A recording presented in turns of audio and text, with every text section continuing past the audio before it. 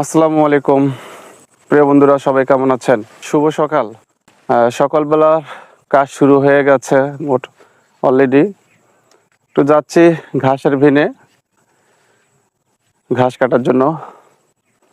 গরুকে ঘাস খাওয়াতে হবে, তার জন্য বের হলাম ঘাস কাটার জন্য। এই যে আমার সেই ঘাসের জমিন।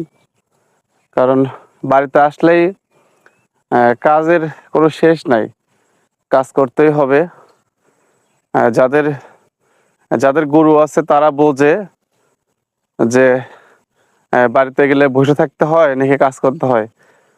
সবসময় কাজের উপর লেগেই থাকতে হয়, কারণ নিজেরা যদি নাও খাই তারপরেও গরুদের খাইতে দিতে হয়। যাই হোক, এই তো আমার সেই ঘাসের ভিন, যেটা হচ্ছে নিবিয়ার ঘাস। মোটামুটি প্রায় 2 থেকে 2.5 ফিট লম্বা হয়েছে, বেশি হয় নাই। সামনে অনেক লম্বা, এদিকে একটু ওইদিকে কাটা শেষ হয়ে গেছে, আবার ওইদিকে আবার ওইদিকে লম্বা হয়েছে। এটা হচ্ছে ঘাস, এভাবে কাটা হয়।